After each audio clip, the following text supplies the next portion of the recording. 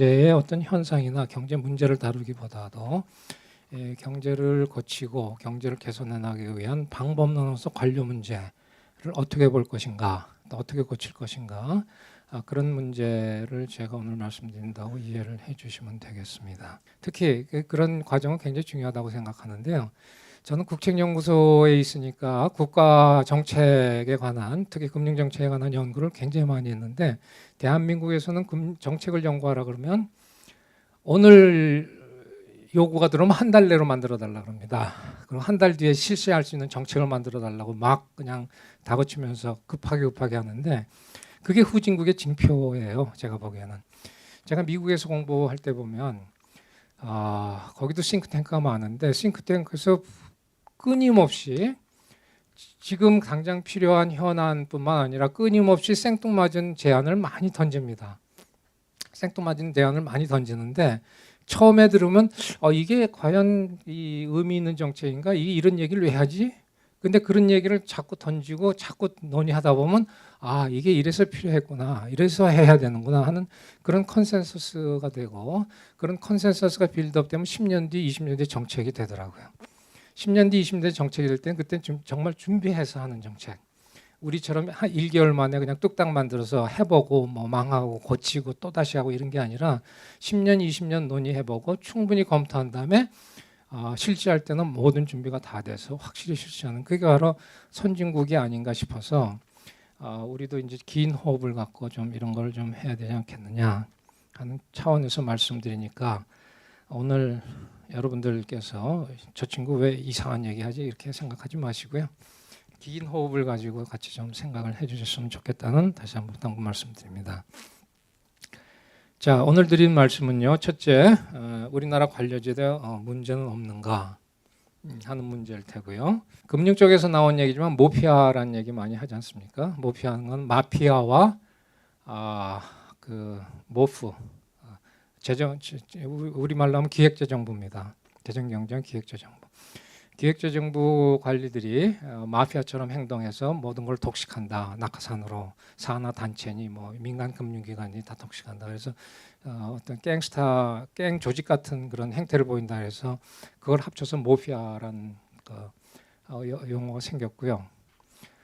관료들의 폐해 중에 하나죠. 그다음에 그 이제 얘기가 더 심해지니까 관폐라고, 관이 이제 민간 단체에 내려가서 퇴직 후에 뭐 뭔가 높은 자리 다 차지하는, 사장, 임원 다 차지하면서 좌지우지하는 그런 걸 관폐화 현상이라 그러고, 그다음에 정치권 주변에서 떨어지면, 국회의원에서 떨어지면 또 산하기관, 공공기관에 또 임원이나 사장으로 내려가지 않습니까? 그걸 또 말해서 정피아라고 그러고요.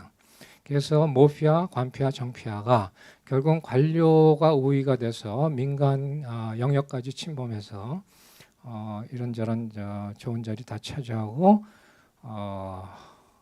월급만 많이 받는 게 아니라 결국은 그런 기업의 운영이나 공공기관의 운영을 왜곡하는 그런 현상까지 발생하는 게 많이 알려져 있죠. 그런 차원에서 이 관료 문제는 어떤 관료 개인의 뭐 어떤 좋고 나쁨, 잘하고 못함이 아니라 우리 경제 전체, 우리 사회 전체의 운영을 어떻게 할 것이냐. 사회 전체의 운영, 국가 전체의 운영이라는 건 결국 국민을 위한 거니까 과연 그렇게 잘 운영되고 있냐, 왜곡되고 있지는 않냐 하는 그런 차원에서 굉장히 중요한 문제니까 그런 차원에서 우리가 이 문제를 굉장히 심각하게 봐야 된다고 생각합니다. 첫째, 관료제도는 왜 문제인가 하는 것을 간단히 말씀을 드리고요. 그다음에 우리나라 관료제도의 병폐가 생기는 이유, 또 점점 더 심해지는 이유, 또 선진국보다 더 심한 이유는 뭔가, 그동안 고치려고 여러 가지 노력을 했는데 고쳐지지 않는 이유, 고쳐졌는지, 고쳐지지 않다면 왜 그런가, 그런 관료제도에 대해서 어떻게 개혁을 저는 제 생각을 주장을 하는가 하는 그런 순서대로 말씀을 드리겠습니다. 첫째, 관료제도의 문제는 뭐 여러 가지 차원에서 볼 수 있습니다. 첫째는 부패 문제. 이 강좌에서 초기에 장선인 교수님이 와서 말씀하셨을 걸로 아는데 어느 나라나 관료와 관련된 부패 문제가 굉장히 심각한 문제가 되어 있고요. 아직까지 우리나라도 부패 지수에서 그렇게 높은 점수를 국제 수준에서 높은 점수를 받지는 못하고 있죠. 최근에 더 나빠졌는지 높아졌는지 좋아졌는지 나빠졌는지 모르지만 아직도 부패 지수가 OECD 선진국부 수준에 비해서 좀 안 좋다는 얘기는 그만큼 우리나라 사회가 제대로 굴러가지 않는다는 그런 징표일 수도 있고요. 그런 부패 문제도 있지만 두 번째 중요한 거는 정책의 왜곡, 정책이 어떤 특정 집단을 위해서 왜곡되는 현상도 많이 있고요. 그 다음에 경우에 따라서는 국가 기능이 마비되는 경우도 있습니다. 예를 들어서 세월호 사건처럼 국가 안전사고가 제대로 통제되지 않기 때문에 벌어지는 큰 우리 국민들의 생명 희생 그런 것도 있을 수 있고 또 자꾸 이런 얘기하면은 너무 시사적이라고 생각하실지 모르지만 최근에 국방비리 문제가 많이 발생하지 않았습니까? 국방에 대해서 엄청나게 우리 많이 돈을 많이 쓰고 있는데 그 국방비 중에서 상당 액수가 예를 들어서 제대로 성능이 입증되지 않은 무기를 산다든지 하는 그런 문제는 사실은 우리 안보를 위해서 굉장히 중요한 문제죠. 예를 들어서 100원짜리를 120원에 무기를 산다면 조금 국민의 세금이 낭비됐다는 굉장히 괘씸한 그런 생각이 들었지만 그래도 성능이 100원짜리가 되니까 좀 비싸게 사더라도 국방은 언제든지 지키겠구나. 근데 100원짜리 물건을 산 줄 알았더니 30원, 20원짜리 전혀 기능도 못하는 그런 물건을 산다면 결국은 국방비를 쓰면서 국방 자체가 안보 자체가 위험해지는 그런 상황도 벌어지지 않습니까? 그래서 일례로 보면은 어선에서 쓰는 탐지 같은 거를 구담에다 달아놓고 수억을 지불했다는 등 그래서 정작 유사시에는 국방의 임무를 담당할 수 없는 그런 무기를 구입한다는 거는 굉장히 국가 기능의 마비하고도 굉장히 밀접하게 관련되어 있는 관료 문제일 수도 있죠. 그 국방비의 상당 부분은 퇴직단 제가 이런다고 군인이 다 그런 분은 아닐 텐데 그런 일부 군인들 중에서 부패한 군인들이 퇴직 이후에 자기 사리를 위해서 국방을 위험하게 만드는 그런 짓을 하는 문제. 이것도 전부 크게 보면 관료와 관련된 거고요. 그 다음에 정책의 편향성 문제도 있습니다. 정책의 편향성 문제라는 것은 우리가 국민의 어떤 의사를 따라서 중립적으로 국가가 잘 운영되어야 될 텐데 어떤 특정 아이디올로지로 과도하게 편향돼 있다면 그 나라 국가의 운영이 한쪽으로 굉장히 쏠리게 되고 궁극적으로는 국가를 약하게 만들어 되는 거죠. 그래서 그런 정책적인 편향성도 굉장히 심각할 수 있고요. 그런 문제가 많이 발생을 합니다. 그래서 흔히 이제 보는 얘기로는 관폐화 문제, 관폐화 문제라는 조금 전에 말씀드렸지만 소위 낙하산이라고 얘기하는 공직자들이 퇴직 이후에 공공기관이라든지 사기업체라든지 아니면 법무법인 같은 데 내려가고 고액의 연봉을 받으면서 특정 집단을 위해서 일하는 그래서 여러분들 잘 아시지 않습니까? 공무원들 장관 차관하고 나가면은 연봉 5억 10억 정도는 우습게 볼 수 있는 거. 퇴직 고위 관료들이 민간 기업체라든지 민간 금융기관이라든지 법무법인에 가서 5억 내지 10억씩 1년에 쉽게 버는 그런 케이스는 수도 없이 저희가 많이 보고 있습니다. 과연 그게 그 사람들의 능력에 의해서 그렇게 버는 건지 아니면 특정 이유가 있어서 그렇게 돈을 벌 수 있는 건지 아마 전자라면은 문제가 없겠지만 그만한 능력이 있어서 버는 거라면 당연한 거겠지만 어떤 특정의 어떤 목적을 가지고 그런 월급이 주어진다는 것은 결국 특정 이익 집단의 이익을 대변해 준다는 얘기이기 때문에 특정 이익 집단의 이익을 대변해 준다는 얘기는 다시 말해서 다른 집단의 이익이 침해된다는 얘기 아닙니까?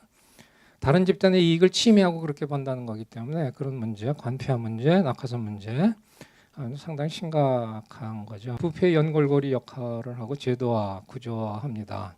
그래서 우리 흔히 얘기하는 게 이제 재벌과 권력, 지식인, 관료 이렇게 연결고리, 소위 그 권력 카르텔이라는 표현을 쓰죠. 권력을 행사할 수 있는 집단들.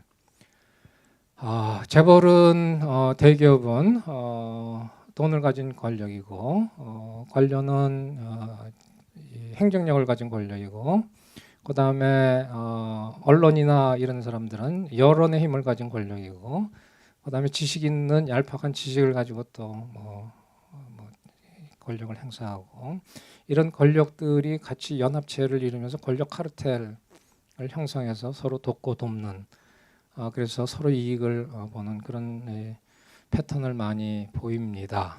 그만큼 어떤 지식을 이용해서라도 특정 목적을 달성하고자 하는 그런 왜곡 문제 이런 게 많이 있는데 그 소위 기득권 집단 간의 연결고리가 아주 단단하게 역할을 하는데 우리 관료 여기 좀 관료분들이 많이 계신데 내가 너무 관료에 욕을 해서 좀 그런 것 같습니다. 근데 오해는 하지 마시고요.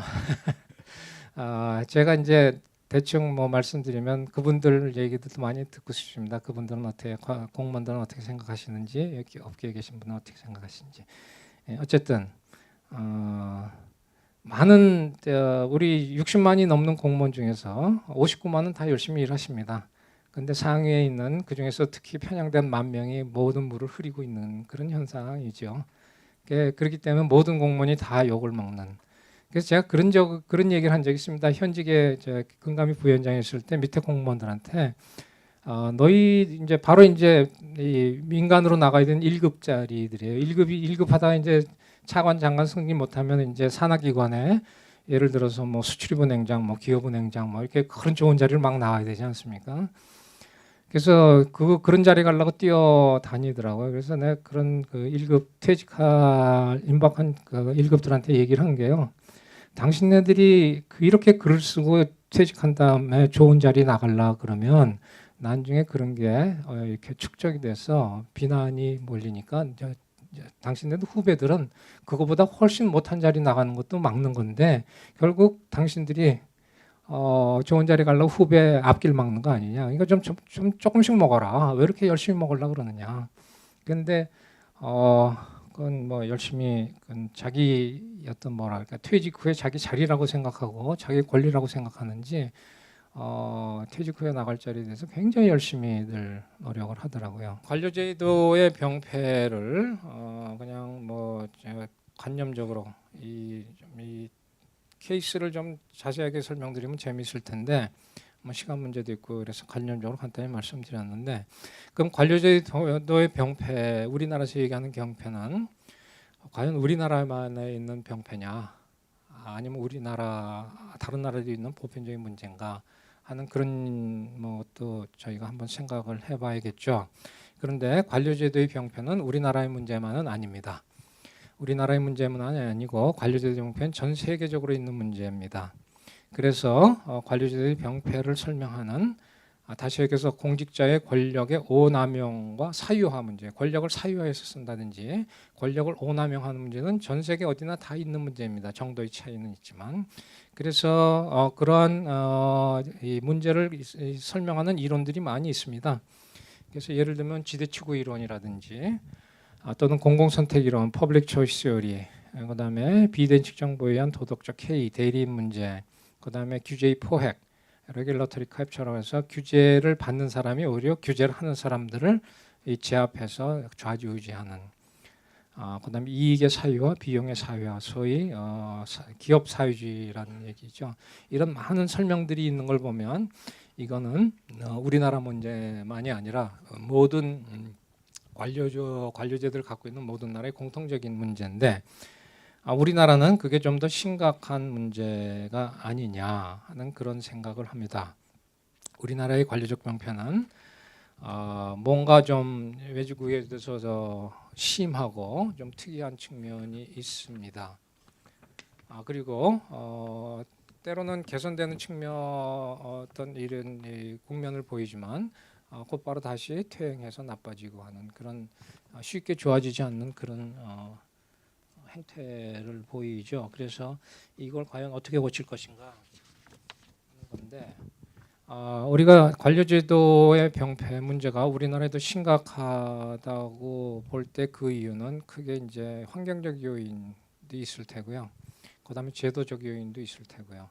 환경적 요인이라고 하면 우리나라는 옛날부터 관존미비의 사상이 있었기 때문에 관이 높게 보는 관이 우위에 처하는 그런 전통도 있습니다만 좀 더 가깝게 보면 우리나라는 60년대부터 개발 독재라고 관주도 경제 성장을 했고 관이 모든 것을 좌지우지하던 그런 시스템이었지 않습니까? 심지어 요새는 뭐 삼성, 현대 이런 재벌들이 더 힘이 세다 뭐 이렇게 얘기하지만 불과 재벌들이 관보다 힘이 셌던 거는 최근 10여 년의 얘기고 적어도 2000년대 이전까지만 해도 관이 절대적인 우위를 갖고 있었던 그런 시절이었죠. 그래서 사실 대한민국의 재벌은 정치와 관이 만들어준 거 아닙니까? 그래서 옛날 얘기 들어보면 참 굉장히 좀 이런 얘기에서 계속 자세히 얘기하기는 좀 뭐합니다만 있었다 그러지 않습니까? 정부종합청산에 그 사무관급 이상이면 쫙 데리러 오는 이 부처마다 다르겠죠. 경제부처에는 적어도 재무부, 그다음에 산업자원부, 국토부 뭐 이런 주요 경제부처에는 사무관급 이상은 저녁 때 다 갈 일이 있는데 기업체들이 다 분담해가고 차박갖고 딱 기업 앞에서 기다리고 있다. 퇴근하면 딱 모시고 가는 그런 시스템이었다는 얘기를 많이 하지 않습니까? 그만큼 더 1대1로 관리해서 모셔야 될 정도로 그 관의 입김이 굉장히 컸던 거고요. 특히 금융 같은 경우에는 아직도 우리나라가 관의 입김을 벗어나지를 못하고 있습니다. 대한민국의 금융이 굉장히 후진적인 거는 이제 금융학자로서 굉장히 말씀드리기 어려운 낯뜨거운 문제이긴 하지만 금융의 자율성이 굉장히 97년 외환 위기를 맞고 나서 금융 자율화를 많이 실시했음에도 불구하고 아직도 관의 입김이 금융감독위원회나 금융감독원의 입김이 굉장히 강해서 금융기관들이 사실 감독기관의 눈치를 너무 많이 보지 않습니까? 그래서 이것을 해야 되는지 말아야 되는지 그것도 잘 모르겠고 뭐 이런 식의 그래서 외국의 금융기관들이 와서 하는 얘기가 그거예요. 시장에서 예를 들어서 증권거래소에 미니스커트를 입고 들어가면 안 된다. 그런 법이 있어도 좋다 이거예요. 그 대신 그 법대로만 좀 집행했으면 자기네들이 알아서 잘할 텐데 이 법이 있는 것도 아니고 아닌 것도 아니고 하면은 야단치고 안 해도 야단치고 가만뒀다가 하라 그랬다가 막 가다가 조금 이 상황이 돌아지면 불러다 야단치고 그러니까 뭘 하라는 얘기냐. 그러니까 이제 이제 좀 속된 말로 나오는 게 말도 안 되는 법이죠. 증권거래소에 미니스커트를 빨간 미니스커트 입고 들어가지 마라. 이건 말도 안 되는 법이라 할지라도 그 법대로만 지켜주면 자기네들이 알아서 행동할 텐데 알아서 운영을 할 텐데 대한민국의 금융은 법이 있는 것도 아니고 없는 것도 아니고 그다음에 이 관치 금융을 하지 말라고 막 얘기를 하니까 그다음에는 문서로 안 남기지 않습니까? 그죠? 문서로 안 남기고 전부 유선으로 다 처리해 버리고 그래서 저도 이제 여담 재미가 없으실 테니까 여담 삼아 한번 얘기하면 논의를 하는데 정책 협의를 하는데 잘 움직이지 않아요. 이거 분명히 해야 되고 굉장히 시급한데 뭔가 저쪽에 이 어떤 특정 집단 이해를 가지고 자꾸 반대를 하더라고요. 예를 들면 이제 그런 거예요. 뭐죠? 오늘 신문 오면서 신문을 보니까 전철에서 이제 그 스마트폰을 보니까 가습기 특별법 그거를 이제 정치권에서 이제 야당이 이겼으니까 막 신나지 않습니까? 가습기 특별법 이제 하자 그랬더니 그 업계 재계에서 그걸 반대하는 그 의견을 냈다 그러더라고요. 왜? 돈이 많이 든다. 돈이 많이 든다고 그런 인명에 관한 거를 이제 미뤄도 되는지 모르지만 그건 그렇다 치고 이제 그런 싸움이 벌어집니다. 뭐 법을 하나 하려면 그 반대하는 손해보는 집단이 있으니까 반대하는 측이 있어요. 그래서 잘 움직이지 않습니다. 그래서 안에서 뭐 검토를 하는데 티격태격하고 뭐 굉장히 힘들었어요. 몇 달이 지나더라고. 근데 문제는 자꾸 심각해지고 그래서 그러면 이제 어떤 행태가 나오냐면 이제 여러분들 가끔 신문 보면 아시겠지만 그 언론 플레이라는 걸 합니다. A라는 부처와 B라는 부처, 이렇게 C라는 부처가 이렇게 협의를 하는데 일이 잘 안 되면 A라는 부처에서 자기가 하고 싶은 쪽으로 쓱 흘립니다. 이렇게 가기로 했다. 결정된 거 아닌데. 그럼 신문에 대서특필하지 않습니까? 이렇게 하기로 했다. 근데 그게 아니라 그러면 뒤집어지죠. 그러면 이제 모든 언론이 정부가 이랬다 저랬다 막 욕을 해요. 그러니까 한 번 언론에 흘린 거를 뒤집기가 굉장히 힘들어요. 그런데 우리나라 공무원 제도라는 게 대충 소위 후배한테 자리를 주고 용퇴한다는 그런 명분을 주고 50대 후반 중반이면 막 밀어내지 않습니까? 그 밀어내고 어떡할 겁니까? 뭔가 먹여 살려줘야죠. 그러니까 그런 악순환이 계속되는 거죠.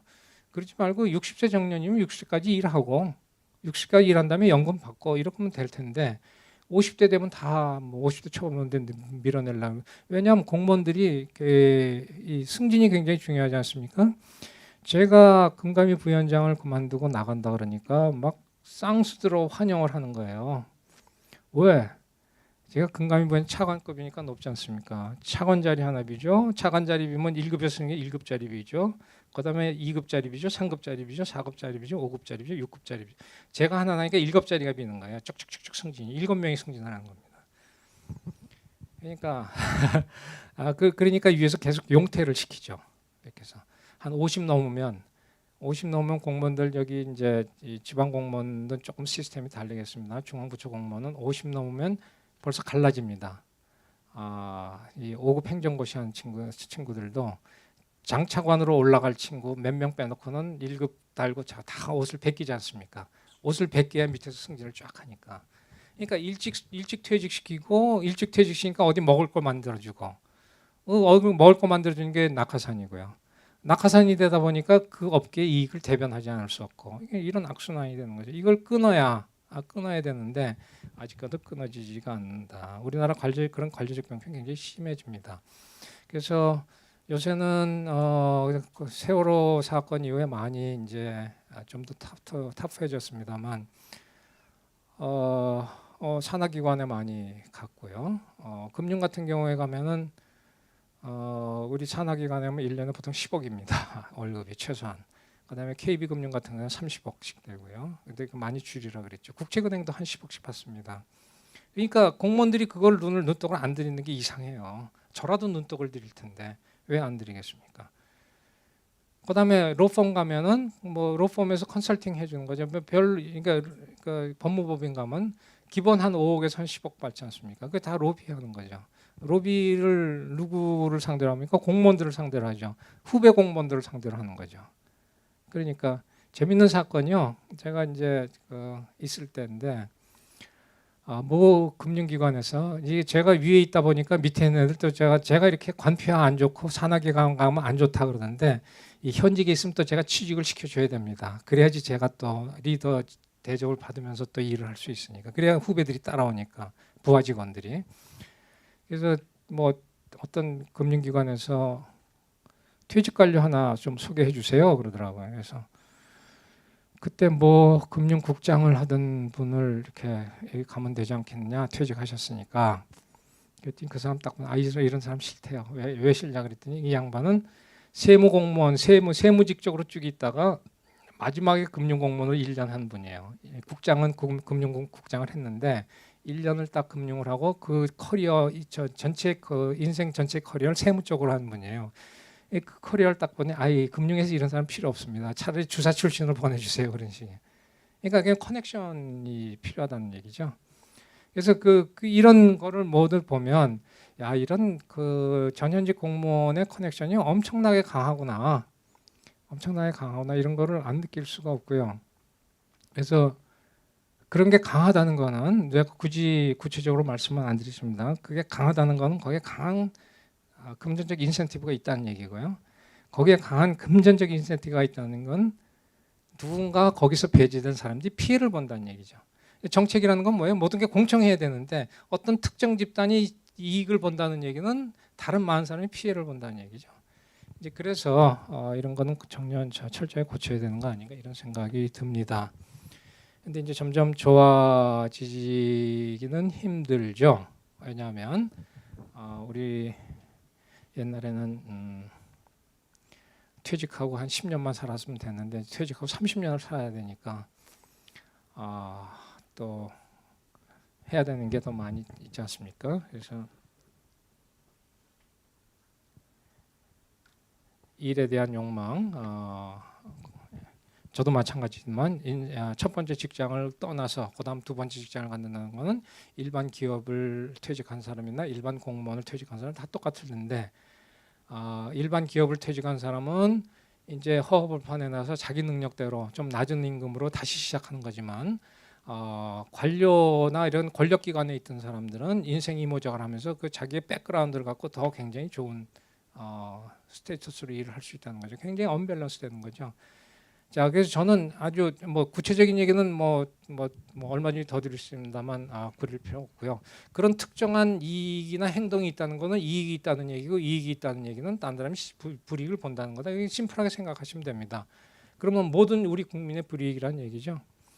자, 그래서 점점 이 문제인데 참 고치기가 힘들다.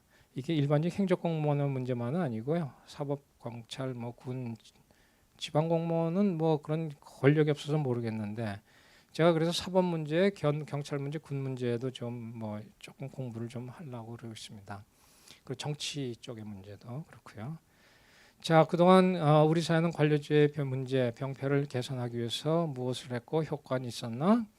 그동안 이런 문제에 대해서는 끊임없이 지적이 있었습니다. 김대중 노무현 정부, 박근혜 정부, 이명박 정부. 이명박 정부 때는 취임하면서 이명박 대통령께서 공무원에 대해서 적대감까지 보였죠. 그분이 이 을이었잖아요. 건설사의 사장은 그 공무원에 대한 정말 속된 말로 밥입니다. 을이었기 때문에 강한 공무원에 대한 적대감을 보였는데 실패를 했죠. 건설 공무원들한테. 그런 박근혜 대통령도 초기에는 그랬는데 결국 위야무야 됐고요.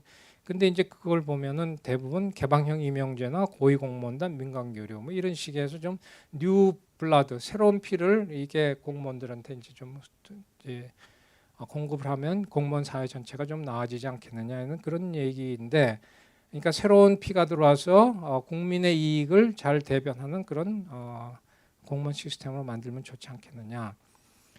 근데 이제 그게 잘 생각 같지 않죠. 사람들은 임용고시 제도가 문제라는 말씀을 하시는 분들이 있습니다. 근데 임용고시 제도라는 거는 우리가 정말 요새 말하는 흑수저들이 혈혈단신 머리 하나 가지고 우리 뭐라 그럴까요? 이런 표현은 좀 그렇지만 제도권의 기득권 사회, 좀 편한 사회에 들어올 수 있는 가장 확실하고 투명한 방법이 임용고시 제도 아닙니까? 시험 봐서 들어온. 시험 봐서 들어오니까 요새 며칠 전 시험 보니까 정부 청사 문 따고 들어와서 시험지도 훔쳐가고 이런 친구도 이게 발견된 게 있었는데, 그게 결국 문 따고 들어와서 문제를 훔칠 만큼 그래도 공정하다는 얘기예요. 그 사람 외에는 다 공정하게 시험 봤다는 얘기입니다. 그죠? 그러니까 사실 시험 제도라는 게 저는 시험을 좋아하지는 않습니다. 그래서 대한민국을 망친 게 대학 입시라고 보고요. 대한민국을 앞으로도 망칠 게 대학 입시라고 보고요. 수능이 대한민국을 망쳤다고 봅니다. 왜? 애들의 사고방식이 정답만을 원해요. 이게 외울 게 뭐지? 정답이 뭐지? 가르쳐주면 로직을 배울 생각을 안 하고, 로직을 배워야 나중에 응용을 할 텐데, 저기 우리 동기분 같은 분이 한 분 계시는데 우리 대학 갈 때는 정답이 아니라 전부 로직을 배운 거예요. 논리를 배운 거지 않습니까? 그러니까 새로운 환경에 우리가 어떻게 적용할 건가 그런 걸 광범위하게 배우고 책을 읽고 그랬는데 저희도 공부를 많이 안 했습니다만, 근데 요새는 수능에 너무 이렇게 익숙하다 보니까 전부 정답 딱 이렇게 조직화돼서 이게 외울 게 뭐지? 정답이 뭐지? 그렇게만 하니까 이게 암기는 잘할지 모르는데 이게 응용력이 없어요. 응용력이 없는데 어떻게 창조 경제를 합니까? 그게 큰 문제라고 봅니다. 그래서 예를 들면요, 제가 원래 그렇게까지도 안 하는데 경제학과 금융은 이 계산 문제 같은 게 좀 있습니다. 근데 똑같이 내기가 뭐해서 숫자를 바꾸고 방향을 바꿨더니 두어 놈은 공부 시간에 해준 거를 딱 문제 보고 이거 그리고 공부 시간에 해준 거 그대로 쓴 거예요. 그 정도로 그냥 외워요. 그러니까 이렇게 문제를 보는. 그러니까 얘네들은 이제 이 패턴이 있기 때문에 이 수능 문제 나오면 앞에 한 5줄 되지 않습니까? 5줄 다 읽을 시간이 없는 거예요. 한 2줄 읽으면 이거 이 문제 답 이거. 아 이거 이 문제의 답이 이거 이런 식으로 팍팍팍 넘어가요. 그러니까 그래서 뭐 야 이거는 정말 애들 망치는 거지. 도대체 이런 이제는 이 우리가 이 카피를 하던 우리가 다른 선진국을 따라갈 때는 카피를 했으면 되지 않습니까? 그죠? 남의 걸 훔치던 남의 걸 얻었건 남에서 배웠건 카피를 해서 그걸 우리가 습득하면 더 싸게 더 잘 만들면 되는 건데 이제 우리가 없는 상태에서 새로 만들어야 되는 거지 않습니까?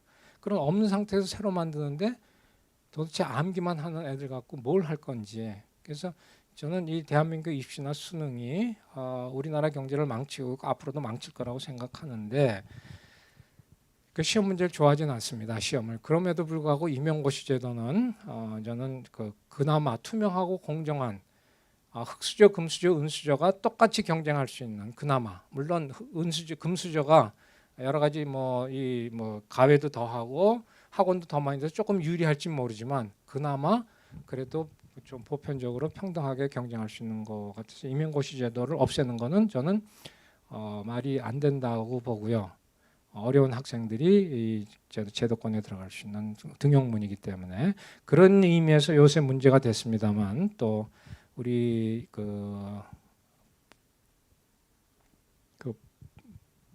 법학전문대학원 로스쿨 지금 문제가 되지 않습니까?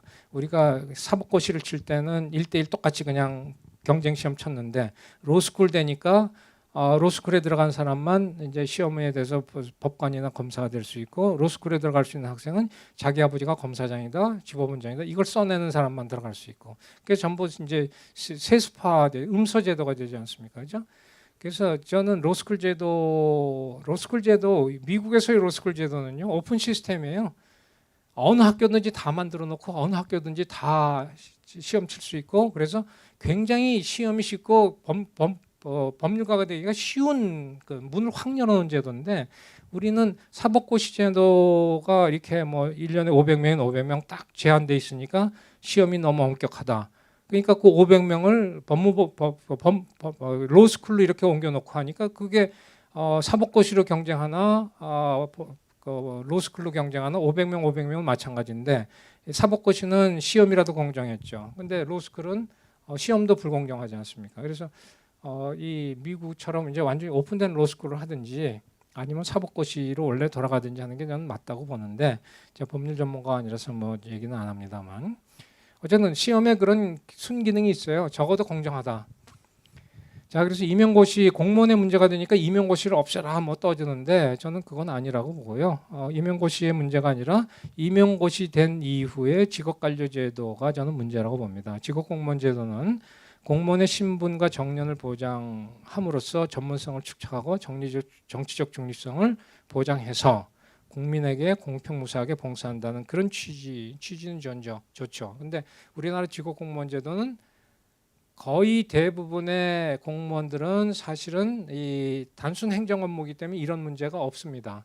그래서 직업공무원 전부를 제가 매도하는 건 아닙니다. 그거는 오해는 마시고요. 그런데 정책과 관련된 이 일을 하고 정책과 관련된 일을 하는 사람들은 이권이 많이 걸릴 수 있고 그런 거는 집단이 되는데 그런 집단의 직업 관료는 오히려 직업 공무원 제도라는 게 어떤 그 엔트리 배리어 진입 장벽을 치면서 자기네들의 기득권을 익히는 그 독과점화 형식이 된 거죠. 그래서 저는 임용고시 자체가 문제가 아니라 우리가 임용고시로만 제한된 그런 시스템이 단일화된 시스템이 문제는 임용고시도 있고 오픈 시스템도 있고 이렇게 섞여서 가면 경쟁이 될 텐데 우리는 임용고시로 거의 단일화됐기 때문에 모든 공무원들이 특히 상위직으로 가면 자기네들의 그 동질성이 굉장히 강해지는 거죠. 동질성이 강해지고 목적이 강하고 이해가 같아지면 이 집단이 되는 겁니다. 그런데 그게 오픈되면 일부는 공무원 시험 치고 일부는 자유롭게 정무직 결정직으로 들어가서 뭐 50대 50이든 40대 60을 막 섞일 수 있으면 그런 게 없어질 텐데 이게 너무 동질성이 강하고 너무 배타적이다. 그래서 저는 이게 한 가지 문호만 있고 배타적인 게 문제라고 이 임용고시 자체가 문제가 아니라 그래서 저는 임용고시는 그냥 두되 문을 더 확 여는 게 정답이다 이렇게 봅니다. 그래서 제가 왜 이런 말씀드리냐면 여러분들이 공무원들의 정의를 아시죠? 공무원의 정의는요, 대한민국에서요, 공무원 시험을 쳐서 합격하고 평생 공무원으로 직장을 갖고자 하는 사람이 공무원입니다. 그런데 원래 공무원은 공무를 담당한 자가 공무원이죠. 제가 오늘 하루 들어가서 공무를 해도 공무를 담당해서 공무원이고, 제가 2년 반 동안 했으니까 2년 반 동안 공무원을 한 거예요. 근데 그게 이제 저희는 첫 번째는 제가 별정직 공무원이었고요. 두 번째는 제가 정무직 공무원이었는데, 금감위 부위원장 할 때는 정무직 공무원이었고, 근데 별정직 공무원과 정무직 공무원을 우리가 일반직 공무원은 공무원으로 치질 않습니다. 저 사람은 갈 사람, 우리 편이 아닌 사람, 이렇게 취급해요. 그래서 자기네들만 동질성을 갖고 움직이면서 서로 끌어주고 서로 이해관계를 같이 하는. 그래서 저는 그런 배타성, 문호가 개방되지, 이제 임용고시 자체가 문제가 아니라 문호가 개방되지 않은 그런 배타성과 그러니까 단일성, 그다음에 서로 자기네끼리 뭉치는 배타성이 문제라고 생각합니다. 그래서 그걸 좀 푸는 게 문제가 아니냐. 배타적으로 움직이다 보니까 우월적지에 있게 되고, 우월적지에 있다 보니까 문제가 안 되는 거죠. 그래서 제가 현직에 있을 때 겪은 경험이 그거예요. 제가 2003년도 3월 달에 부위원장으로 취임했는데 2003년도 3월 달에는 2003년도에는 제가 굉장히 힘이 셌죠.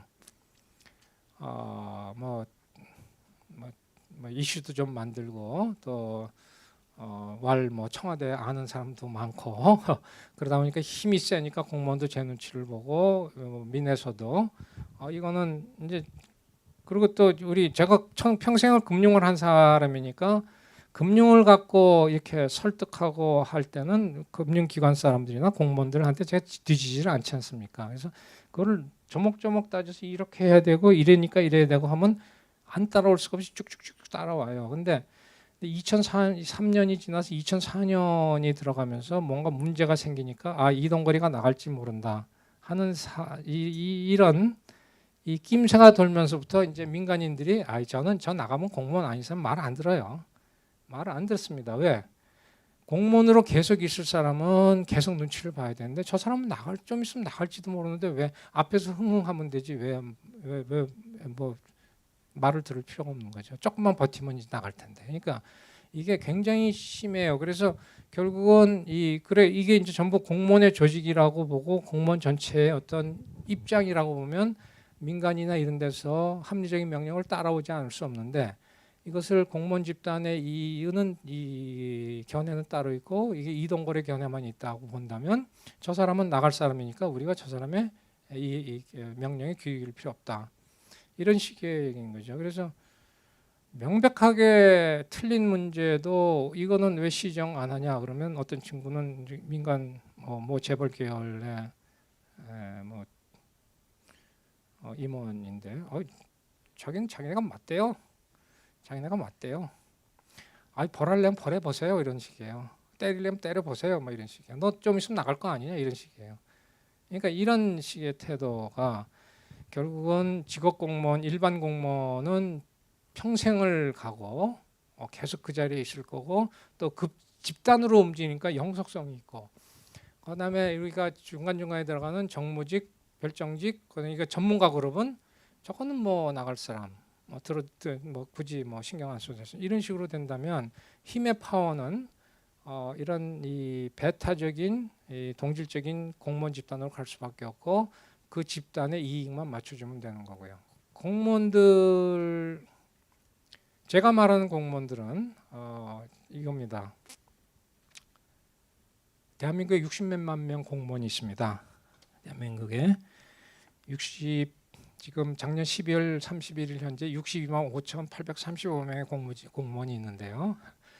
그 중에 3급이 13,000명, 4급, 5급, 4급이 아니 죄송합니다. 5급 사무관이 13,700명, 그 다음에 4급, 3급, 2급 고위공무원단 합치면은 약 한 5,000명, 6,000명 됩니다. 그거 다 합치면 한 19,000명 되는데 그 나머지는 순수하게 행정을 다루는, 그러니까 62만 5천 명 중에서요. 그런 정무직, 그다음에 1, 2, 3급 빼고 하면은 결국은 뭐 60만 명, 이 경찰직, 군, 교원 이런 전문직이죠. 이런 분들, 그다음에 각 행정부처 여기 시청에도 계시면 순수하게 이 국가의 명령을 그냥 수행하는 그런 업무를 하시는 분들, 정책의 생성하고 상관없이 하는 분들, 그런 분들이 60만 명이에요. 그런 60만 명의 제 얘기를 하는 게 아니고 그 정책의 생성과 또 정책의 어떤 이 방향의 입김을 발휘할 수 있는 그런 영향이 있는 자리 2만 명 내지 3만 명의 얘기를 하는 겁니다. 그렇게 생각해 주시면 돼요. 근데 그 자리는 우리의 어떤 이해, 우리의 이익, 국민들의 안전과 굉장히 밀접하게 관련돼 있죠. 그래서 정책이 왜곡되는 거 많습니다. 뭔가 법을 바꾸는데 무슨 특정 단체에 굉장히 이익을 주는 그런 문제예요. 이건 아니다, 뺐습니다. 그랬더니 또 올라와요. 그게 빼고 했더니 지웠다가 그 다음에 또 보고 결제 서류를 또 올라와요. 또 뺐어요. 그러고 있었더니 그 다음에 저는 이제 국무회의는 안 들어가는 이제 차관 회의까지만 하지 국무회의까지 안 들어가는데 제가 분명히 차관 수준에서 뺐는데 그 다음에 보니까 국무회의께 또 들어가 있어요.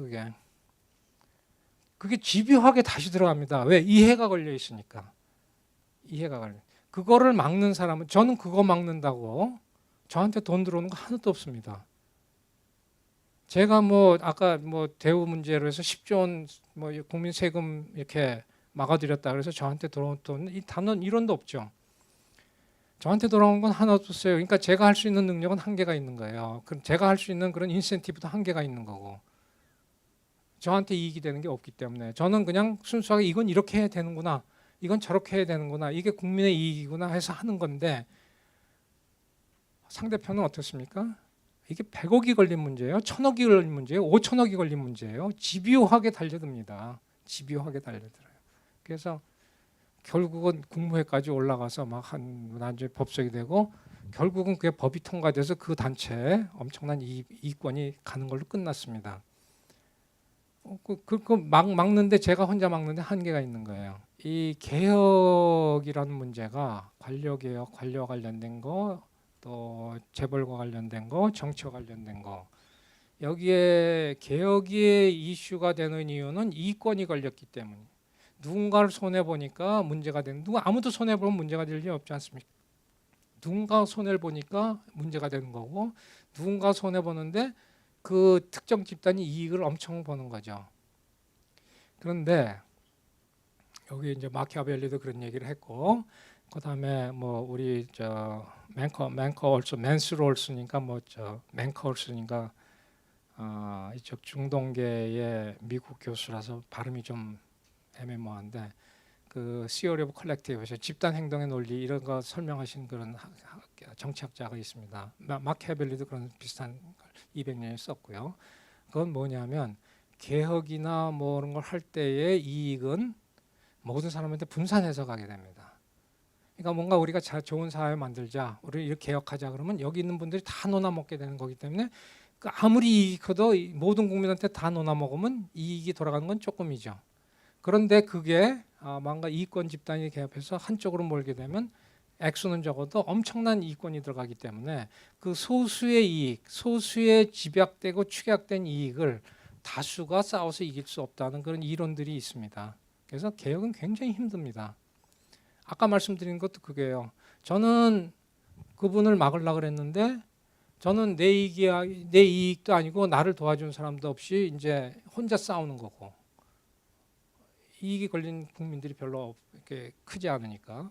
그런데 그쪽에서는 소수의 엄청난 그 이익을 보는 사람들이 집요하게 움직이는 거죠. 첫째, 관료 조직이라는 어떤 강력한 권력 집단을 개혁해야 되는데 그 개혁은 안으로부터 개혁은 성공하기 힘듭니다. 왜냐하면 그 집단 자체가 굉장히 카르텔라이즈되고 거기에 대한 반한 이야기할 때는 도태되기가 쫙 쉽습니다. 심지어는 제가 금감위에 있을 때 관료 조직을 좀 개혁해야 되지 않느냐. 금감이와 금감 간의 알력 문제에서 싸움을 할 때 너희들도 좀 개혁해야 되지 않느냐 할 때 자기네들이 집단 이익이 걸리니까 과장이 나한테 대들더라고요. 부처의 이 똘똘 뭉친 힘이에요. 너 외부에선 차관이지, 차관이지만 우리 이익을 대변해 하는 식입니다. 그래서 내가 웃었어요. 그건 너희들이 알아서 해라. 내가 왜 너희들까지 해주는 거냐. 일을 열심히 하면 내가 너희들 뭐 이것도 해주고 저것도 해주고 다 해주지 않았느냐. 근데 너희들이 순수하게 어떤 이기적인 목적을 위해서 내가 그것까지 띄워줄 이유가 뭐 있냐 하는 식의 그래서 굉장히 그 거기 한 2, 30명 되는 공무원 조직을 제가 이제 차관을 했는데 그때 한 달은 굉장히 그 분위기가 팽팽했습니다. 감히 과장이 차관한테 엉기고 앉아 있고 다반사예요. 근데 이제 뭐 거기 몇 명 들어가서 안에서 개혁한다? 안에 그 권력 집단이 어떤 일사불란하게 움직이고 이해관계가 동질적일 때는 안에서 개혁은 안 됩니다. 그래서 저는 개혁을 하려면 외부에서 하는 방법밖에 없지 않느냐 하는 방법이고, 그리고 또 밑에서부터 개혁한다는 것도 말이 안 됩니다. 차관 혼자 들어가서도 개혁을 못 하는데 어디 뭐 개방령으로 5급, 4급 들어가서 뭐 몇 명 들어서 개혁한다? 그거 웃기는 얘기죠. 그것도 말이 안 되고요. 그다음에 개혁이 이게 집단화하고 조직화되기 때문에 소규모 개혁도 저는 실패한다고 보고요. 그다음에 단계적으로 점진적으로 개혁한다?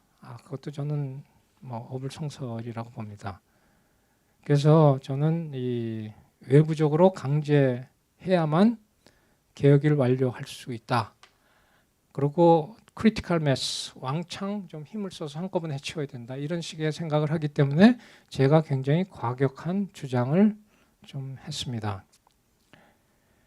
자, 물론 관력개혁을 해야 하느냐, 다른 방법은 없냐.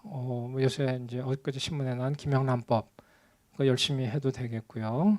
그다음에 정치권의 감시 역할도 뭐 열심히 하면 되겠지만 우리나라의 특성상 어떤 그 강력한 권력 집단화가 저는 크게 이제 두 가지가 있고 거기에 언저리 또 한 가지가 있어서 쓰리웨이 카르텔이라는 얘기를 하는데 가장 강력한 권력 집단은 재벌입니다.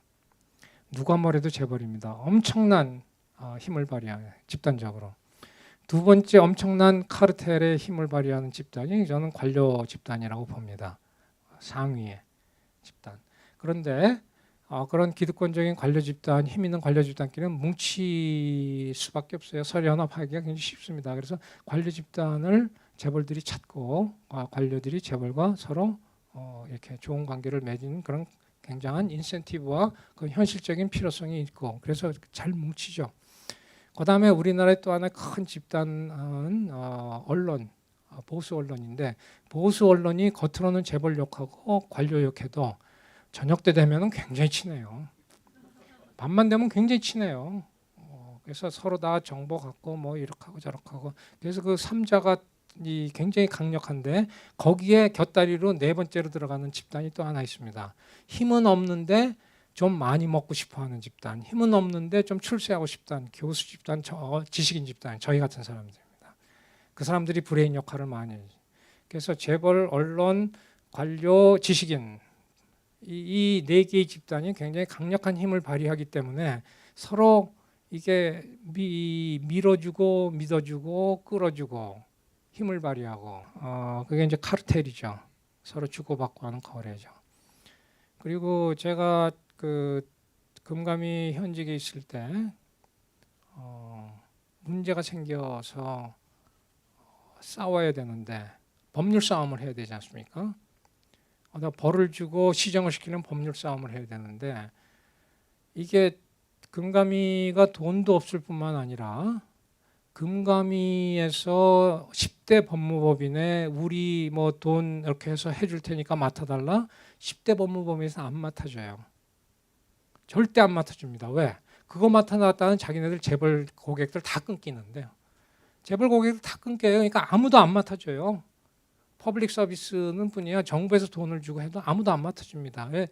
잠재적인 고객은 저쪽에 있으니까. 어떤 기득권 집단이 될 때 그게 누구든 기득권 집단이 될 때 그 기득권을 깬다는 것은 굉장히 어렵다. 그래서 저는 제가 관료제도의 개혁을 레디칼한 거를 말씀드리면서도 내가 죽기 전에는 안 될 거고 제가 이건 영원히 안 될 수도 있지만 그 취지만은 좀 계속 제가 설파를 할 필요가 있지 않느냐. 왜냐하면 결국은 국민을 위한 경제정책은 정치권에서 한번 거르는 거고 그다음에 관료들이 거르는 겁니다. 정치와 관료가 바뀌지 않으면 국민을 위한 경제정책은 안 나옵니다. 저는 그렇게 확신을 하고 있어서요. 국민의 민의를 대변하는 소위 그렇죠. Responsiveness to Public Opinion. 국민들의 민의에 반응하는 그런 체제를 만들려면 관료도 바뀌어야 되고 그러니까 우리 행정적으로 루틴한 걸 하는 그냥 이 직업 공무원들은 자기 하는 일 잘하세요. 그런데 이 정책과 관련됐고 이권과 관련된 부분에서 이게 문제가 된 거니까 그걸 어떻게 바꿀 것이냐. 제가 대수술을 해야 된다고 생각을 하면서 제안한 게 공무원 제도를 왕창 바꾸자. 그래서 교체 인용 제도를 하자. 직업 관료 제도를 하지 말고 로테이션 시스템 하자. 그런 주장을 했습니다. 로테이션 시스템이라는 거는 다른 말로는 정당 관료제라는 표현도 씁니다. 미국에서. 그러니까 쉽게 얘기하면 미국의 시스템하고 비슷하게 보시면 돼요. 저희는 어떤 특정 집단의 이해를 대변한다기보다 공무원 전체로 정책을 생성하는 데 관여하고 책임 있는 일정 직급 이상의 모든 공무원이 이 대통령이야 똑같이 같이 책임을 지고 국가와 국민을 위해서 일하고 평가를 받고 지면 밀려나가서 정당에 가 있고 그래서 야당에 돼 있을 때는 야당의 정책 생성을 하는데 굉장히 조력을 하고 그다음에 야당이 됐던 팀은 자기네들이 정책을 만들고 정권을 얻기 위해서 열심히 일하다가 정권을 인수를 하면 전부 같이 들어와서 그 정책을 추진하고 하는 식으로 이렇게 로테이션 하자 하는 주장을 굉장히 레디칼 한 것 같지만 사실 이렇게 레디칼한 건 아니죠.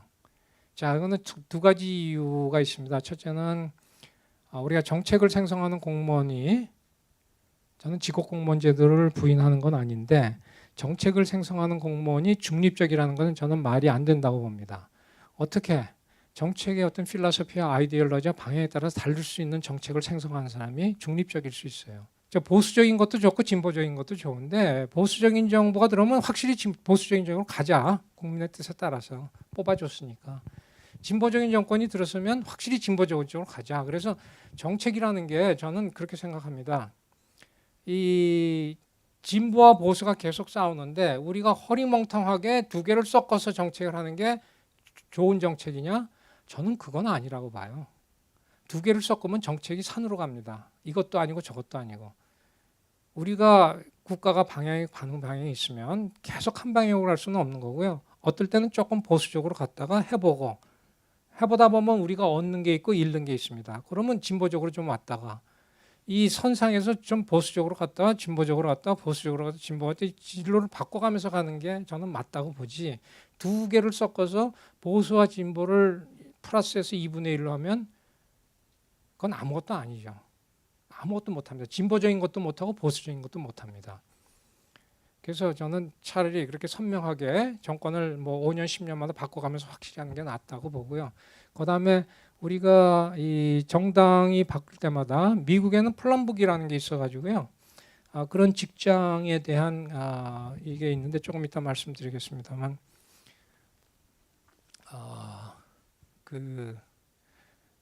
우리나라 정당 정치의 가장 큰 문제를 말씀드리라고 하면은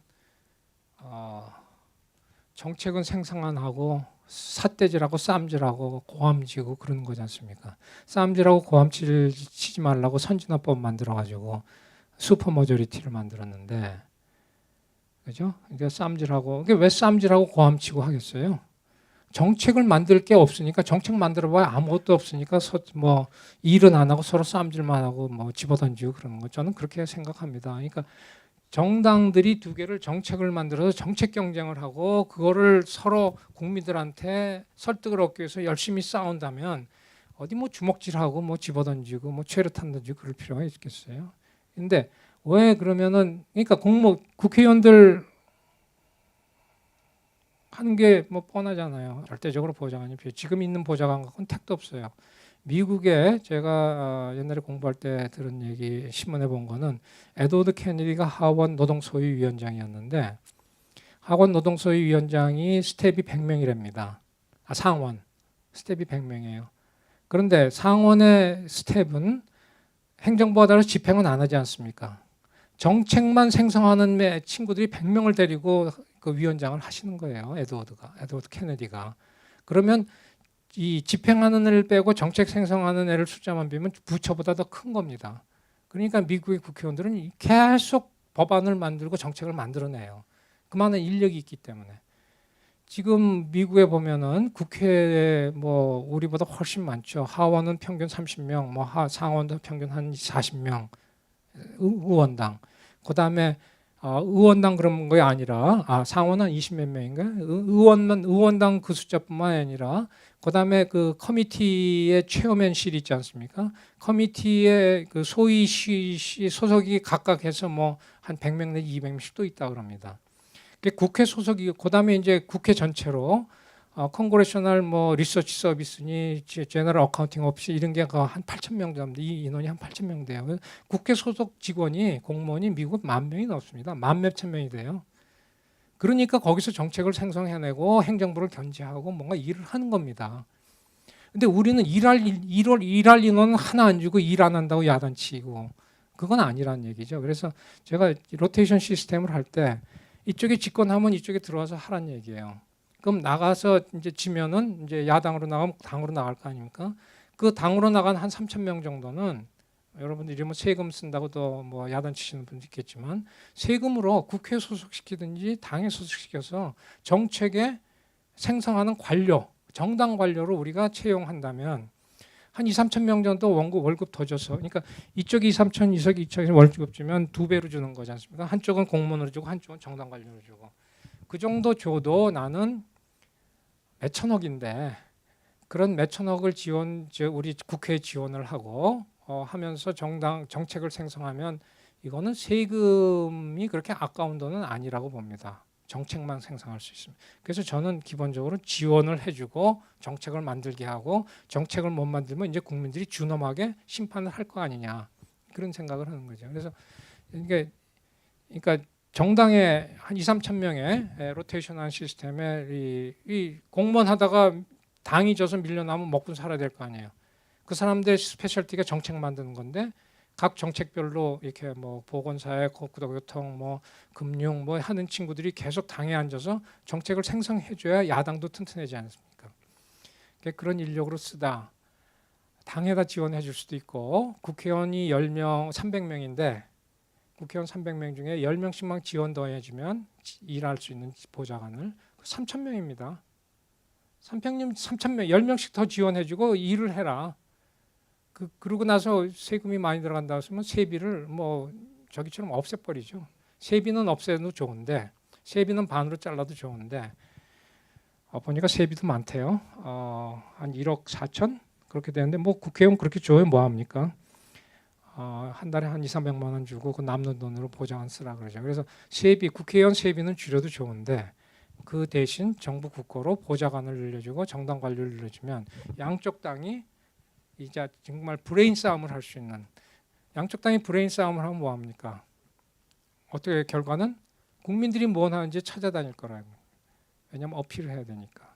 그래서 국민들이 뭘 원하는지 찾을 수 있는 인력을 지원해주는 인력으로 정당 관료를 만들고 우리가 정부가 바뀔 때마다 로테이션 시스템을 하면 지금보다는 낫지 않겠느냐 하는 그런 생각을 해서 굉장히 레디컬한 그래서 이런 얘기를 하면 매일 하시는 분들이 대답이 있습니다. 그 실현 되겠습니까? 제가 저도 이거 당장은 실현 안 되리라고 봅니다.